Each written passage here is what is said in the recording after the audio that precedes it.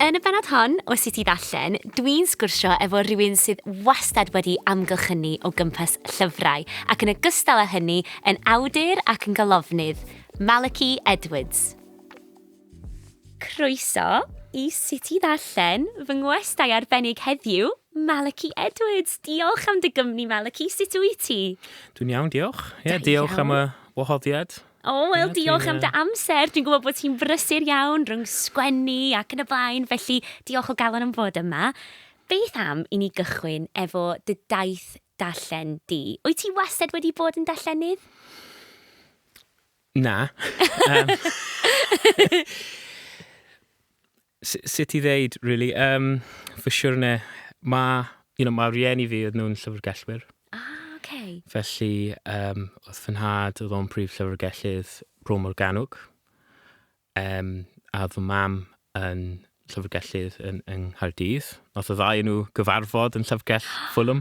Felly, yn pob, mae llyfrau erioed di fod yn rhan enfawr o fy mywyd, ond ddim yn yr ystyr, fy mod i'n obsessional am darllen dim byd. Yn i ddim pan i'n ifanc.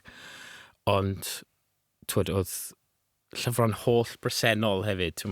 Rieni fi'n llyfrgellwyr, o'n i'n cael lot o teithiau i lyfrgell Ffynnon Taf. Ond, o ran darllen, dwi'n cofio darllen fawr o ddim byd.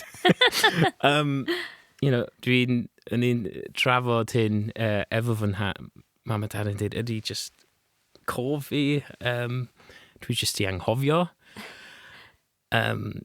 Nawr, fel oedd nhw'n ei chofio hi, a fel dwi'n cofio, dwi'n cofio, fys y rieni yn darllen i fi, fys ni'n darllen gyda'r nos.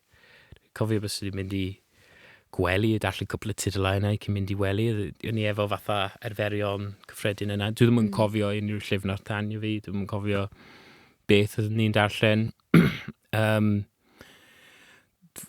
Y pethau dwi yn cofio darllen fel plentyn, os o'n i'n mynd mewn i llyfrgell, bys ni'n cael llyfrau fatha jyst am gwybodaeth, fatha encyclopedias, a bys ni'n darllen o gwmpas pwnc penodol, fel pan ni'n plentyn yn gen i obsessional amdan Star Wars. A ni'n un o'r plant yna oedd yn casglu pethau, so unwaith ni'n cael rhyw diddordeb oedd o'n just, so ni'n casglu ffigurau Star Wars, ond oedd gen i fi cannoedd yr un.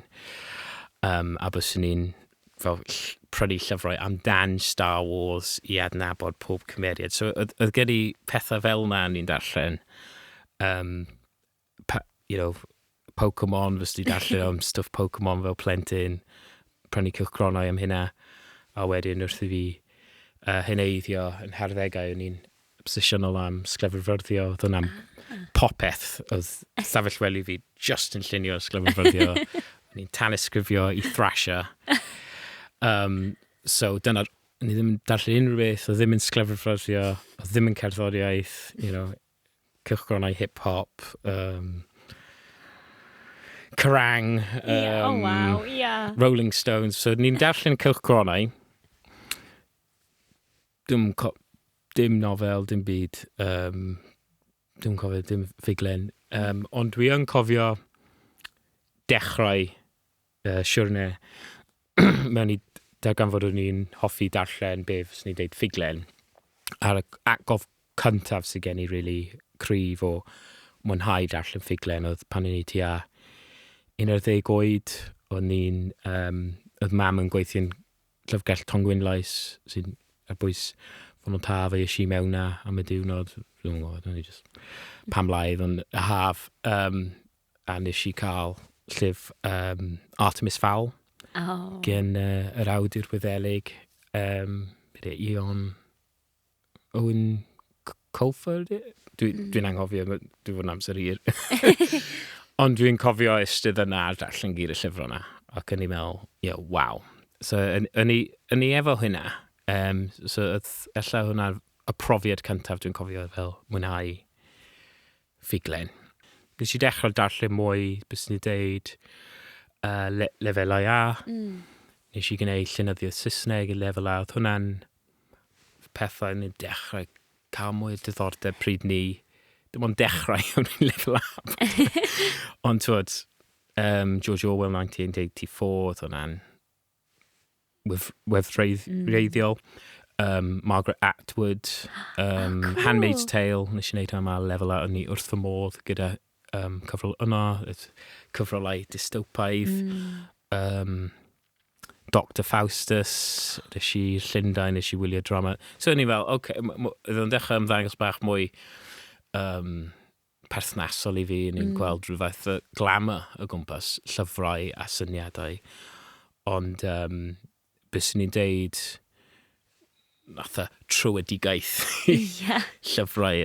Nath hwnna dod yn mwy pan o'n i yn coleg.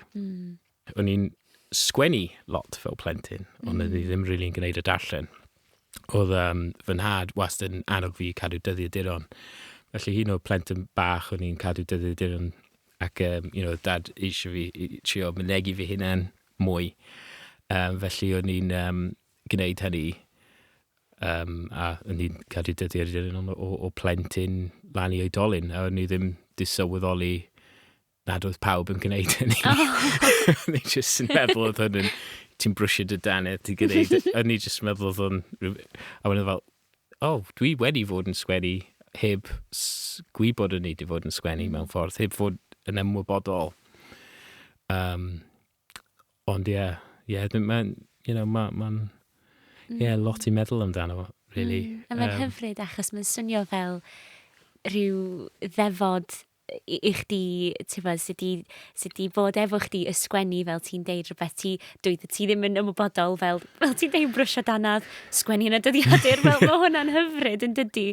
A mae rhywbeth ti dal i wneud heddiw yn sgwennu yn wythnosol a di cyhoeddi llyfrau, felly sydd yn, llongyfarchiadau yn gyntaf. Felly, allu di sôn mwy am hunangofiannau os wyt ti ddim yn meindio, Malachy, achos ti'n sôn am dyddiaduron a ti'n sôn am, yn sgwennu fel oedolyn, ac wrth gwrs mae dy waith di yn hunangofiannol, felly allu di sôn mwy am y llyfrau sydd wedi bod yn dy fywyd, ella'r hunangofiannau ti wedi mwynhau, sydd wedi bod o ysbrydoliaeth o bosib? Dwi'n cofio, oedd na'r elfen wedi gwneud dyddiaduron. Yn reiddiol pan nes i dechrau sgwennu, o'n i eisiau just sgwennu ffuglen. A nes i trio wneud yna am blynyddoedd, ond oedd just, nes i just dim cyrraedd y pwynt lle ni wedi cyhoeddi dim byd. Ond, bys ni ddim deud, o'n i ddim o reidrwydd pan nes i dechrau darllen, o'n i ddim o reidrwydd yn ymddiddori yn cyfrol, yn cyfrolau hunangofiannol i ddechrau efo. Ond, o'n i wastad efo Restr i darllen. O'n i ddim yn rhywun oedd o'n just yn, fatha random. Oedd gen i fatha uchelgeisiau darllen. A pan nes i darllen, dwi'n mynd i darllen y clasuron, a fyswn i efo'r Restr, a fyswn fesol un mynd trwyddyn nhw. Mynd trwyddyn nhw fel na, diddorol. A fyswn fi'n trwy cofnodau, a oedd popeth di fatha trefnu. So, o'n i'n gweld fy hynna'n rhoi addysg i fy hynna'n, mewn ffordd. Oedd ella teimlo gen i fi bolcha fan'na, o'n i eisiau llenwi. A dwi'n cofio, oedd na wefan, dwi'n gwybod os mae dal yn mynd ella fod o enw The Browser. A fys nhw'n cynnig 5 llyfr fys nhw'n pigo pwnc, a fys na arbenigwr yn cynnig 5 llyfr i deall y pwnc penodol yna. Ac oedd na, fel dwi'n cofio, dwi'n cofio oedd na un yn anhunangofiannau. Ac o'r un o'r llyfrau ar y Restr, yr hunangofiannau gorau sydd wedi sgwennu, oedd just edrych. Ella fos hwnna'n diddorol. Edrych mewn i oedd y cyfrol yma gan artist Eidalig, dwi'n meddwl o'r 11th ganrif o 15 o'r enw Benvenuto Cellini. Dwi'n gwybod os fi'n bravo. A dwi'n just cofio darllen cyfrol yna, oedd o'n bywyd artist. Dys i hefyd yn deud, fel plentyn, diddordeb fi oedd fwy celf. ac o'n i'n neud lot o celf, a nes i'n neud lefel A yn celf. So, oedd o fel celf a llenyddiaeth yn cyfarfod, ac oedd o'n hynod diddorol. Dwi'n cofio pob manylun y llyfr, ond oedd o'n oedd o'n creu cerfluniau, ac oedd o'n cael lot o problemau. Oedd o efo tymer mawr, a mae'n cyfaddu pob math o troseddau difrifol gan gynnwys llyfryddiaeth. Yn y llyfr mae'n cael ei carcharu, mae'n cael problemau, mae'n cael deadleuol efo'r pab, mae'n cael ei trwbl efo pawb o phob peth, mae'n cystadleuol efo'r artistiaid mawr eraill y cyfnod. Waw, mae'n swnio fel nofel yn hytrach na hynna'n gofiannau. Oedd o'n angredadwy, ac dwi'n meddwl, hwnna'n y llyfr clir cyntaf dwi'n cofio darllen hynna'n gofiant, yn ymwneud hwnna'n diddorol. A nes i hefyd darllen llawer o llyfrau eraill gan artistiaid wedyn, os ddim hynna'n gofiannau, cofiannau fel, Rifan Goff a pobl felly. A nath e just, mae'r bel yn rowlio, mae'n un peth yn arwen i llall. Ydy darllen i chdi heddiw, Malachy, felly, yn rhywbeth sydd yn teimlo'n pell o dy waith di o ddydd i ddydd, fel wyt ti'n gallu codi llyfr ar ôl gweithio trwy'r dydd a gallu ymgolli ynddo fo ac mwynhau stori, neu ydy weithiau darllen hynna'n gofiannau enghraifft, neu wyt ti'n gallu cael y pellter i fwynhau, just mwynhau stori, a ddim meddwl amdano mewn ffordd gwaith? Dwi'n sicrhau bod gen i amser yn diwrnod fi i darllen. Darllen fi rhywbeth dwi angen gwneud efo A mawr. Mae'n just i cadw fi'n... os dwi ddim darllen, os dwi ddim darllen y sgwennu, dwi'n teimlo fel... rhyw teimlad o fel, dwi angen mynd nôl a gwneud... mae fel dwi'n torri'r... cymleth i esbonio yn tydi. Dwi'n gwybod beth ti'n meddwl. Dwi ddim yn byw yn unol a dwi fod i gwneud. Ond yn yr un ffordd os ni ddim yn treulio amser efo teulu, neu os ni ddim yn cadw at fy ngwaith, fys ni yn teimlo bod yna rhywbeth dwi angen gwneud, dwi angen dod nôl ati, a dyna sut mae'n teimlo efo darllen. So, na'n mynd am dro, na'n mynd yn siop coffi, darllen tipyn bach, a gyda'r nos, dwi'n tueddu i wneud, dwi'n sgwennu yn y bore, dwi'n cerdded yn y prynhawn, a dwi'n darllen yn y nos. Hyfryd. Iechyd sgwennu, a wedyn wrth gwrs dwi'n gweithio llawn amser a teulu hefyd. Of course. Yn dwyr at ei gilydd, a mae'n neis nawr, mae pobl yn dweud pan ti efo plant gen ti dim amser, ond mae'n ffordd rhyfedd, mae nhw'n rhoi fi mewn i trefn.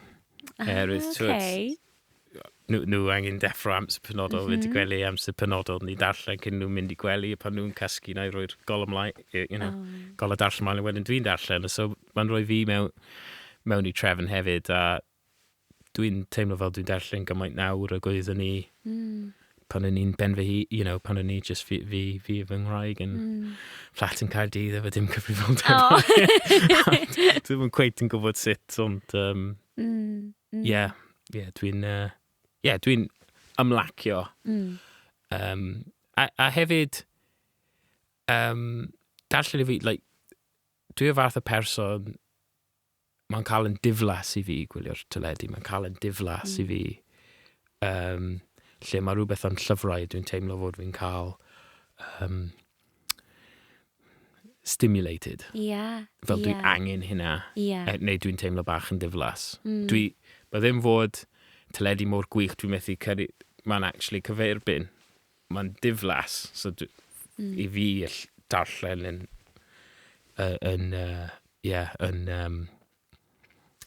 mae'n gafel yn y fi'n fwy dyn nag ydy mathau eraill o cyfryngau. A sut wyt ti'n dewis rhywbeth i ddarllen? Felly, nawr dwi'n mewn cyfnod reit braf, oherwydd tra ni'n sgwennu Delyn Aur Paradwys Goll, mae'r llyfr yna wedi fod yn, bys ni'n darllen mewn ffordd sydd efo rhywbeth i wneud efo be dwi'n sgwennu. So, wrth i fi mynd ati ymchwilio Paradwys Goll, ni'n ymchwilio a neu fy Restr i darllen a dwi'n mynd i darllen rein a dyma beth dwi... So, ella mae hwnna'n swnio bach fel, mae hwnna ddim yn swnio fel darllen i pleser. Ond dwi yn cael pleser o wneud y ffordd yma. Ella mae ddim yn rhywbeth... mae graig fi sbio rhoi pethau dwi'n darllen fel, sut ti'n cael pleser o hynna? Ond dwi yn. Hynna sy'n bwysig. Mae'n enw bach yn weithio llyfrau i'r bach o drwm a sych, ond dwi yn cael pleser o darllen nhw. So pan dwi'n sgwennu llyfr, dwi'n darllen tuag at dibenion llyfr. Nawr dwi'n mwy symud mewn i, mae gen i prosiect arall nawr, ond so dwi'n darllen tuag at yna. Cyffroes! Pan dwi ddim efo llyfr, os o'n i ddim efo llyfr i darllen, sy'n jyst yn darllen byd bynnag. A dwi yn neud hynna hefyd, ac dwi'n defnyddio'r brwd o'r app gorau yn y byd, sydd yn BorrowBox. A fi'n hefyd, dwi'n caru BorrowBox. Dwi'n mor falch o gwed ti'n neud hynna. Da iawn. Mae hwnna wedi cyrraedd i darllen fi, dwi'n meddwl, oherwydd mae ar y ffôn. So ti'n gwybod. Wyt ti'n gwrando ar lyfrau hefyd? Yndw. Ddim gymaint yn diweddar. Ys i trwy cyfnod lle o'n i'n reit reolaidd yn gwrando, lle bys ni'n mynd am dro a gwrando. Weithiau dwi'n gwrando i llyfrau bys ni ddim yn ddarllen. Dwi'n gweld beth ti'n meddwl, Twyd, ella, neu, fel, os ni'n sgwennu llyfr, mae'na llyfrau yma, dwi teimlo fel dwi angen darllen fel rhan o'r ymchwil. So, ella pan dwi'n mynd am dro, dwi jyst yn darllen rhywbeth am pleser. Sydd ddim byd i wneud efo gwaith fi, ti'n bod? Sydd dianc i rhywbeth arall, hollol wahanol. Oes na unrhyw lyfrau ti di darllen a mwynhau yn ddiweddar? Hoffet ti sôn amdano nhw? So dwi'n... ar hyn o bryd, dwi'n cynnal ymchwil mewn i'r John Ystumllyn oedd yn garddwr di o'r 19th ganrif yn byw yn Cricedd. Felly dwi'n cymryd lot o diddordeb yn cyfnod hynny yn hanes, hanes pobl ddi yn y 19th ganrif. A mae yna, so dwi'n gwneud lot o ymchwil mewn i, os na hunangofiannau sydd wedi sgwennu gan pobl ddi oedd yn byw yn Prydain yn y 19th ganrif. A mae yna un arbennig gan aelwydau Equiano, ac oedd o'n ceithwas, ond nath o ennill ryddid o. Dwi'n cofio Montserrat, a nath o dod i fyw yn Lundain. Ac oedd o'n morwr, oedd o'n morlongor, oedd o'n un o'r cymeriadau fel Mr Cellini, oedd wedi cael bywyd enfawr, anturus. Oedd o'n fel llongwr, oedd o wedi fod yn ryfeloedd, oedd o wedi fod i ymweld ar Ynys Las, just trwy gwaith a pethau felly, a bron yn marw sawl gwaith, ond nath o byw yn Lundain, nath o eistedd lawr y sgwennu hynna'n cofiant, oedd ti cyfieithu sawl iaith hyn o traedd o dal yn byw. Nath o hefyd ymweld â Chymru, so mae'n ffigur hynod ddiddorol ac yn byw yr un cyfnod o John Ystumllyn, oedd y ddau nhw dal yn fyw pan oedd Mr Equiano ymweld â Chymru. So mae hwnna'n fel, oherwydd wrth gwrs, trafferth o'r John Ystumllyn, nath y cofiant cael ei sgwennu amdano fo mwy na canrif ar ôl i fo farw. Ac mae'n diddorol i fi darllen fel beth oedd o fel i pobl ddi yn cyfnod hynny o hanes. A felly, dyma fath o pethau ella bys o John Ystumllyn di wynebu. So, dwi'n fod yn darllen hwnna. Oes unrhyw lyfrau eraill sydd wedi bod yn, fel ti wedi mwynhau dros yr misoedd diwetha o bosib? Misoedd diwetha fi, dwi'n cofio, really. Dwi'n darllen, dwi wedi fod yn meddwl lot amdan y iaith Gymraeg dros y misoedd diwethaf. Dwi wedi ail-ddarllen Pam na fi Cymru gan Simon Brooks, yn edrych at dirywiad y iaith Gymraeg yn wedig yn y 4th ganrif ar 15 y rhai'r cyd-destun gwleidyddol. Dwi'n di fod yn darllen cyfrol gan awdur o Affrica, mae di newydd marw nawr yn gwgi wa Tiango, a mae o di sgwennu, cyfrol yr enw Decolonising Language, sy'n hynod ddiddorol, herwydd mae o Kenya, ac nath o fel, oedd o'n gwlad annibynnol, ond oedd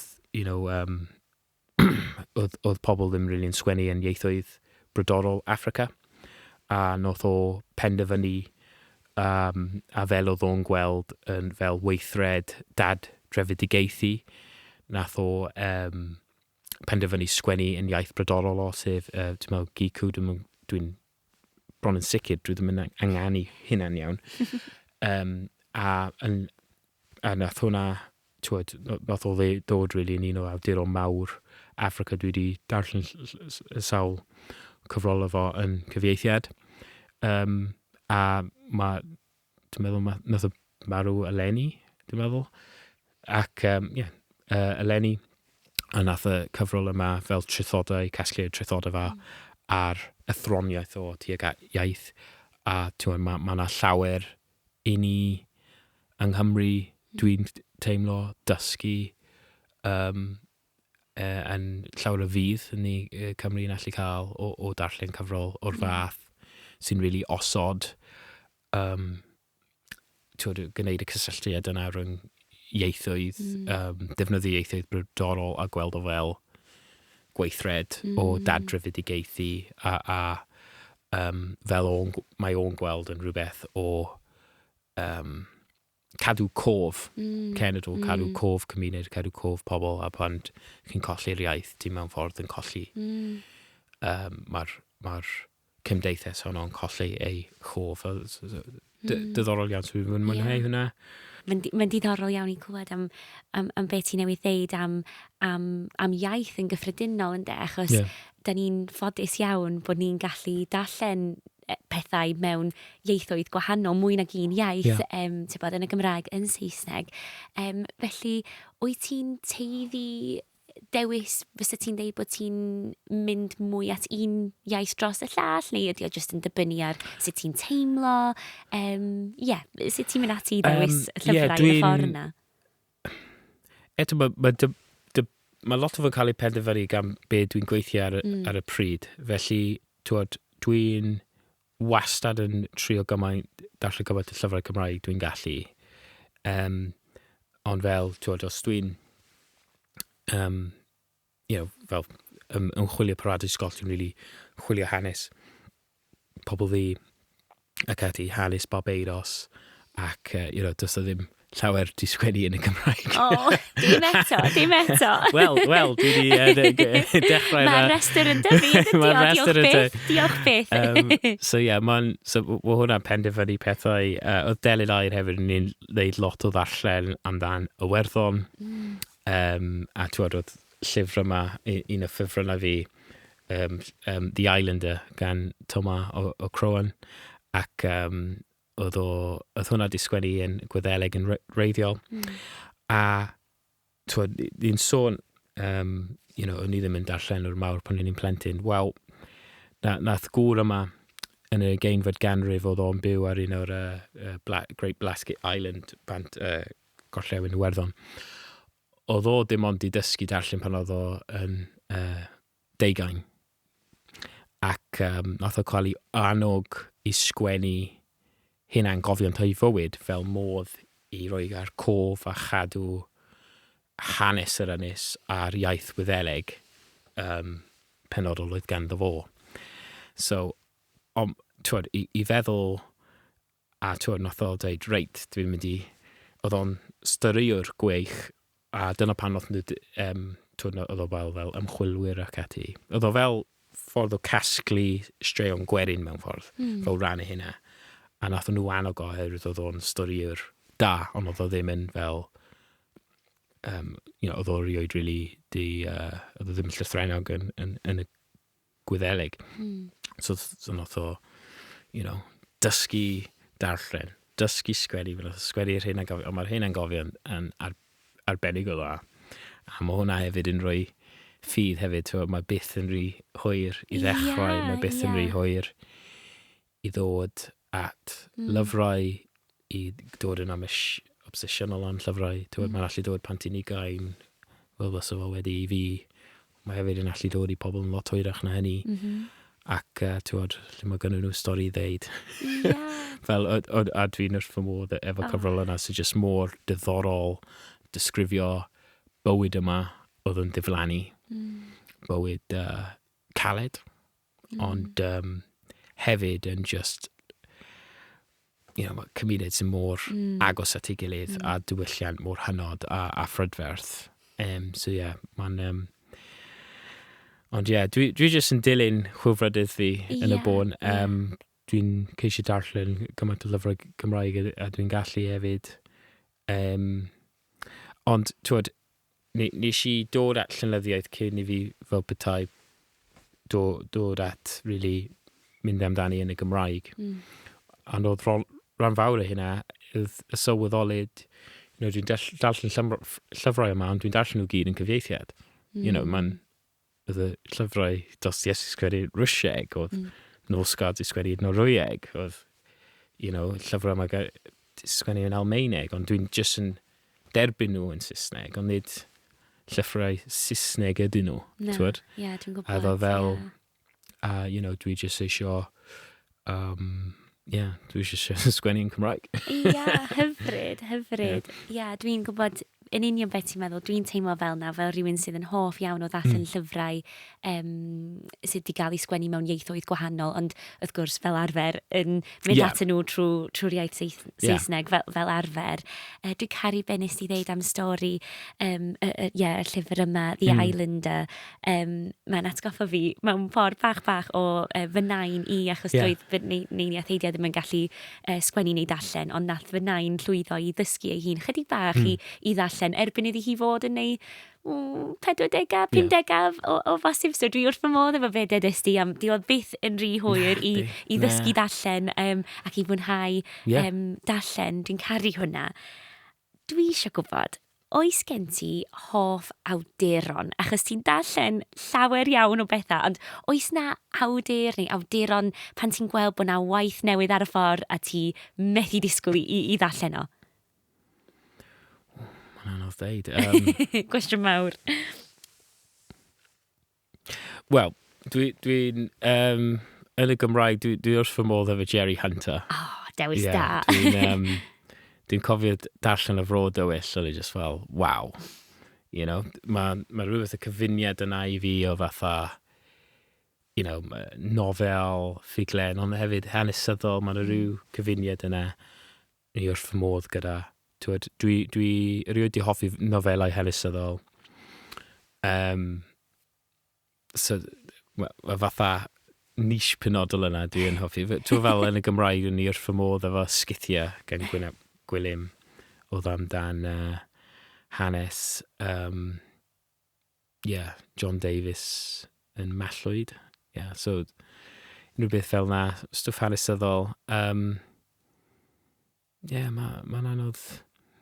Dwi just darllen gyfaint o rei wahanol. Yn ni wrth fy modd efo stwff gyda Dafydd, os oedd o'n dod allan eto, os ni'n dylu gweld beth mae o'n yn ei wneud. Ddymbyl edredd yn llyfr pwysig iawn i fi pan nes i darllen yna, fel rhywun o'r un cenhedlaeth.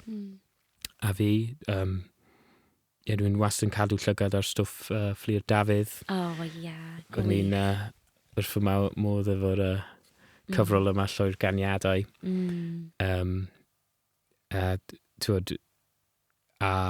Hi'n sgwennu am gwyddoniaeth yn hwnna, a dwi'n ymddiddori yn pethau fel yma hefyd.